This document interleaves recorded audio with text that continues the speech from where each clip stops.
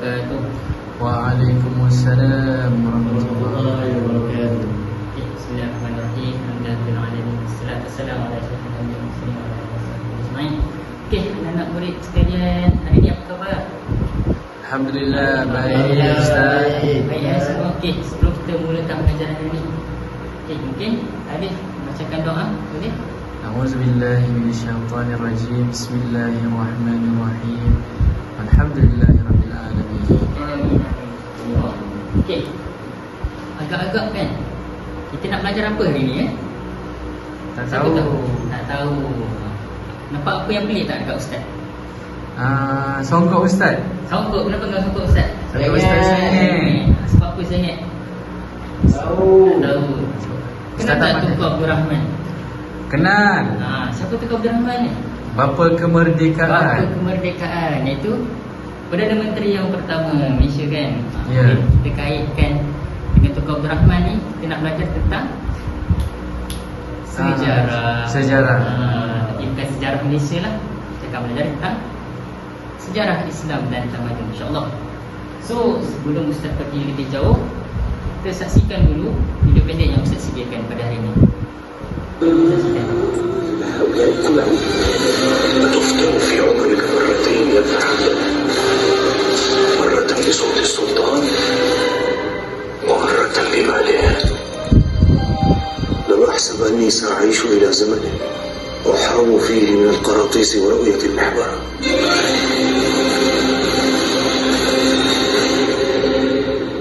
Okey. Kalau murid-murid agak-agak tahu tak siapa yang seorang imam ni pada zaman dia dipenjara, disebat oleh khalifah pada zaman dia. Kerana apa? Semata-mata mempertahankan bahawa Al-Quran yang kita baca pada hari ini ialah kalam Allah, bukan makhluk. Agak-agak siapa murid? Imam Ahmad. Imam Ahmad bin Hanbal. Betul. Baik, itulah akan kita belajar pada hari ini berkenaan dengan Imam Ahmad, iaitu seorang tokoh daripada tokoh empat mazhab. Baik, kita akan teruskan pengajaran kita, iaitu berkenaan riwayat hidup ringkas Imam Ahmad bin Hanbal. Yang mana nama penuh imam ialah Ahmad bin Muhammad bin Hanbal. Okey, di mana imam lahir di Baghdad pada tahun 164 Hijrah dan wafat pada 241 Hijrah. Dan kunyah ataupun gelaran Imam Ahmad ialah Abu Abdullah. Dan kita lihat pada peribadian Imam Ahmad, di mana Imam Ahmad sentiasa menuntut ilmu, walaupun imam telah masyhur menjadi seorang imam yang kita kenali pada hari ini. Dan kepribadian yang kedua pula kita lihat, imam memiliki sifat pemaaf yang sangat tinggi. Di mana kita boleh lihat kisah ini, di mana Imam Ahmad telah diseksa, dipenjara, disebat, kan? Tapi Imam Ahmad walaupun setelah dibebaskan, Imam Ahmad memaafkan apa perbuatan khalifah yang telah dibuat terhadap Imam Ahmad. Okay, kita lihat pula pada kepribadian Imam Ahmad yang ketiga, di mana perlu kita ketahui Imam Ahmad ni dia belajar dan menghafaz Al-Quran sejak umur 9 tahun. Dan kita tengok pula kepada kepribadian Imam Ahmad yang terakhir, iaitu imam sanggup di penjara hanya kerana apa? Mempertahankan akidah Islam yang sahih. Ketika mana fitnah yang berlaku pada zamannya, iaitu fitnah khalqul Quran, di mana ada puak yang mengatakan bahawa Al-Quran adalah makhluk, kan? Sedangkan pegangan Islam yang sahih adalah Al-Quran itu kalam Allah, bukan makhluk. Okey, lihat pula kepada guru Imam Ahmad. Dan antara guru Imam Ahmad yang kita kenali pada hari ini ialah siapa? Imam Syafi'i, dan juga pelopor kepada mazhab Syafi'i yang kita pegang pada hari ini, insya-Allah. Dan yang kedua, gurunya ialah Abu Yusuf Al-Qadi. Baik, itu sedikit dengan riwayat ringkas Imam Ahmad. Betul. Okey, baik. Jadi, murid-murid semua dah tengok kan tadi pembelajaran tadi?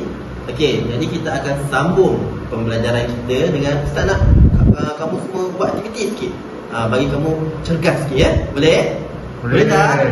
Boleh. Okey, bagus. Alhamdulillah. Okey. Jadi Ustaz nak tunjuk satu benda dulu kepada kamu.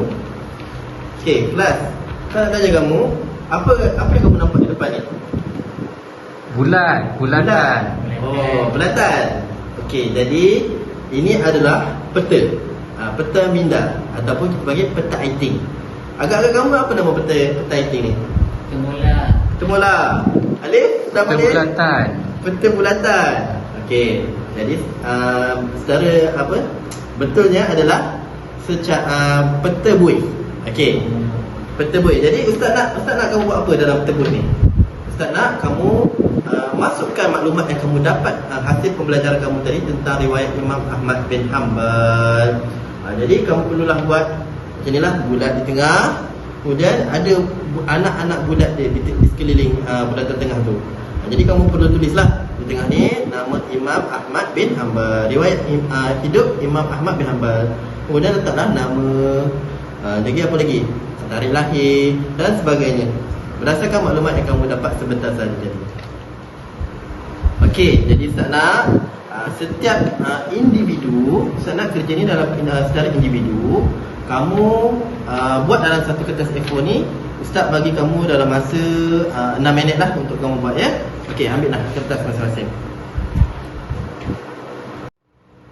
Okey, baik. Murid-murid semua dah buat aktiviti tadi kan? Kita dah buat peta iting, berkenaan tentang riwayat Imam Ahmad bin Hanbal. Okey, seterusnya kita dah tahu apa riwayat macam mana hidup Imam Ahmad bin Hanbal sehingga wafat kan. Jadi kita teruskan pembelajaran kita dengan subtopik yang seterusnya ialah hasil karya Imam Ahmad bin Hanbal. Jadi apa sumbangan Imam Ahmad bin Hanbal ni dalam penulisan beliau? Okey, kita tengok. Iaitu adalah Kitab Al-Musnad. Okey, Kitab Al-Musnad ni mengumpulkan 40,000 hadis. Dan 40,000 hadis ni sampai kepada kita sekarang. Jadi boleh tengok contoh di depan ni. Kitab Imam Ahmad bin Hanbal ni, Kitab Al-Musnad ni bukan nipis-nipis lah, dia tebal. Kalau kita lihat contohnya ada sampai 12 jilid. Dan satu jilid tu tebal dia lebih kurang macam ni kan. Okey, seterusnya kita tengok pula kepada sumbangan Imam Ahmad yang seterusnya. Okey, jadi kita dah dengar tadi sumbangan Imam Ahmad dalam bentuk penulisan. Sekarang kita tengok pula bagaimana Imam Ahmad bin Hanbal ini mengasaskan mazhab beliau. Berdasarkan apa? Baik, yang pertama adalah berdasarkan fatwa sahabat. Sahabat ni siapa? Sahabat kamu ke? Okey, bagus.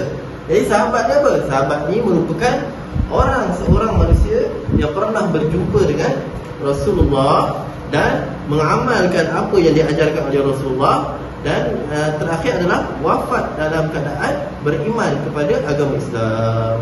Okey, jadi Imam Ahmad ni mengasaskan mazhab berdasarkan fatwa sahabat. Maksudnya apa-apa hukum hakam yang sahabat keluarkan, Imam Ahmad berpandukan berdasarkan kepada fatwa sahabat tersebut. Okey, seterusnya kita tengok pula mazhab Imam Ahmad bin Hanbal ni ataupun mazhab Hanbali ni berdasarkan apa? Diasaskan berdasarkan qiyas. Qiyas ni apa pula? Qiyas ni merupakan satu persamaan. Kita samakan satu benda sifat dia tu. Contoh, arak hukumnya apa? Hukumnya haram. Haram untuk diminum. Jadi kita samakan apa sifat arak ni? Apa sifat dia? Memabukkan. Arak ni memabukkan. Jadi kita ambil arak tu haram disebabkan memabukkan. Jadi kita tengok minuman lain yang memabukkan. Contohnya air tuak. Air tuak pun juga memabukkan, tapi dia bukan arak, tapi dia memabukkan. Jadi kita hukumkan kepada air tuak itu haram. Itu adalah qiyas.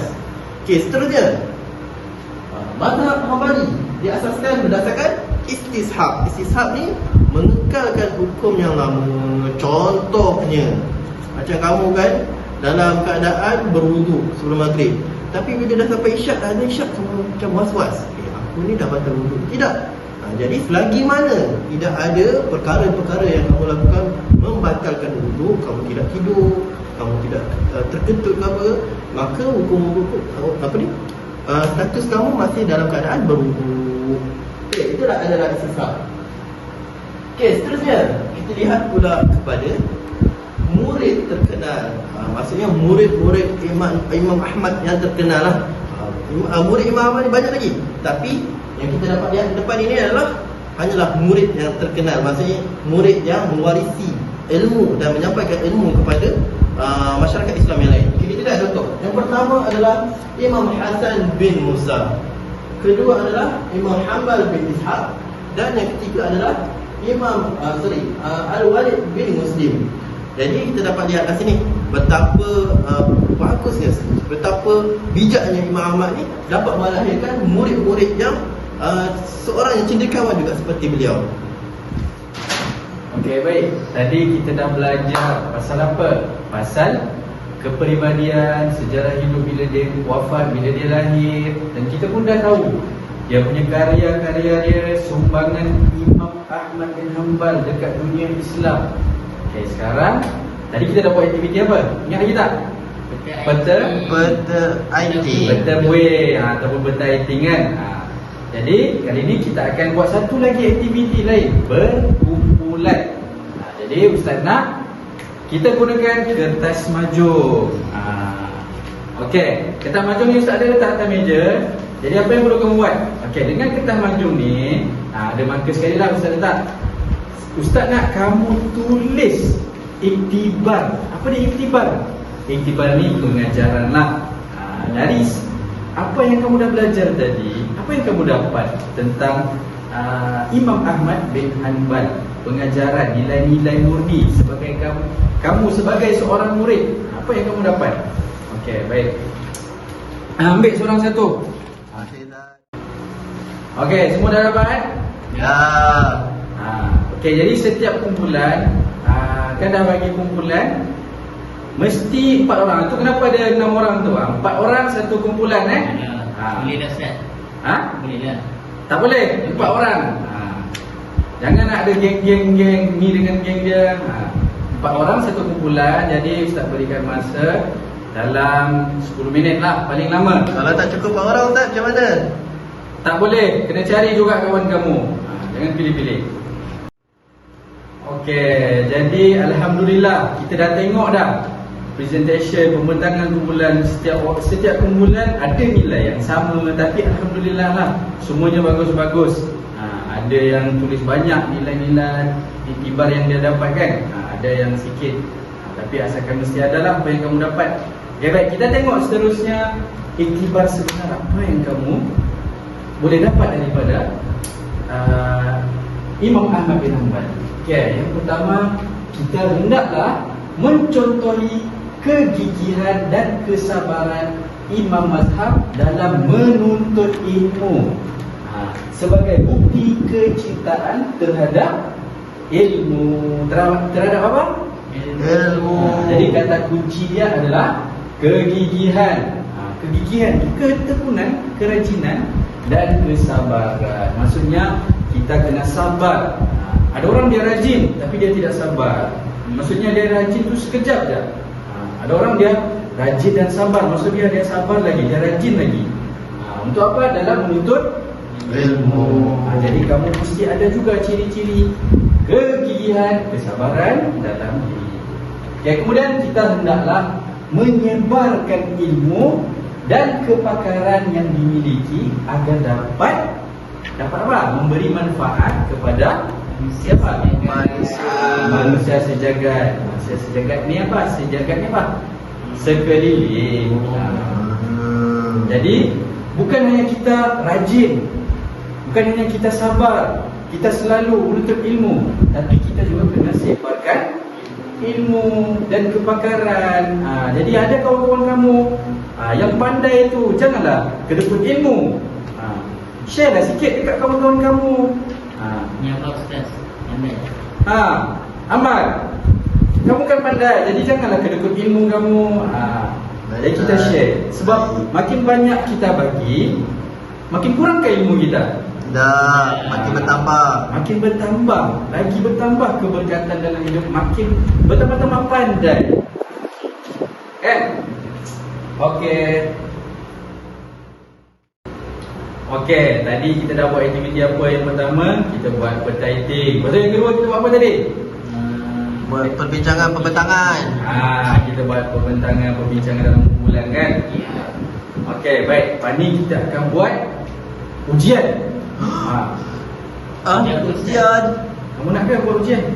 Tak. Adalah. Okey, lepas ni kita main game lah. Tapi game online. Kamu suka kan main game? Suka. Tapi game ni berbentuk kuis.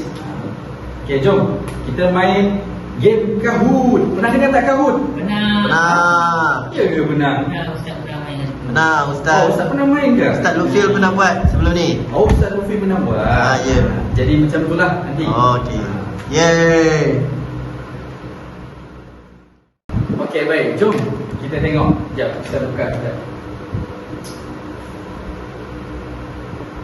Okay, pertama kita kena tulis nama lah. Nama Ahmad. Okey. Okey. Kita tengok soalan yang pertama. Sedia Okey, siapakah nama penuh Imam Ahmad bin Hanbal? Ahmad bin Muhammad. Ahmad bin Muhammad. Okay, kita tengok. Adakah betul? Betul. Pandai Ahmad. Okay, tengok. Okay, Ahmad nombor 1 lah. Ya, bagus. Soalan kan? Okay, soalan kedua. Adakah Imam Ahmad dipenjara dan disebat kerana mempertahankan akidah yang sahih? Okay, jawapannya betul atau salah? True, betul. Betul. Kita tengok ya ke betul? Betul lah. Tepuk tangan. Okay, soalan yang terakhir. Kita tengok. Apakah hasil karya Imam Ahmad? Cepat. Karya. Kitab Al-Muwatta. Ya ke? Ada jawapan lain? Al-Musnad. Kitab Al-Musnad. Jadi mana satu? Musnad ke Muwatta? Musnad. Musnad. Okey, kita tengok Musnad. Ya, betul. Okey, tamatlah kuis kita. Jadi seronok tak belajar hari ni? Seronok. Okey, baik. Jadi apa yang kamu dah belajar hari ni? Riwayat ringkas Imam Ahmad. Riwayat ringkas hidup Imam Ahmad dan kemudian sumbangan dia. Apa yang dihasilkan? Karya. Apa lagi sumbangan dia? Mengasaskan mazhab Hambali. Pandai. Kan selalu kan kita dengar ada mazhab Syafi'i, mazhab Hambali, kan? Mazhab apa lagi? Yang kamu pernah dengar? Mazhab Syiah. Mazhab Syiah. Sesat ni. Sesat. Okey, jadi ada 4 mazhab. Mazhab Syafi'i, mazhab Hambali, mazhab Maliki, mazhab Hanafi. Betul. Okey, jadi hari ini kita belajar tentang pengasas mazhab Imam Hanbali. Ada soalan tak? Saya nak tanya Ustaz. Di Malaysia kita guna mazhab apa Ustaz? Kalau di Malaysia, rata-rata kita tengok semuanya bermazhab Syafi'i. Nanti kita akan belajar lah tentang Imam Syafi'i pula. Hari ini kita belajar Imam Syafi'i. Okey. Ada lagi soalan? Kalau tak ada soalan, kita tamatkan kelas kita hari ini. Okey, bangun. Syukran jazilan ya Ustaz. Syukran jazilan ya Ustaz.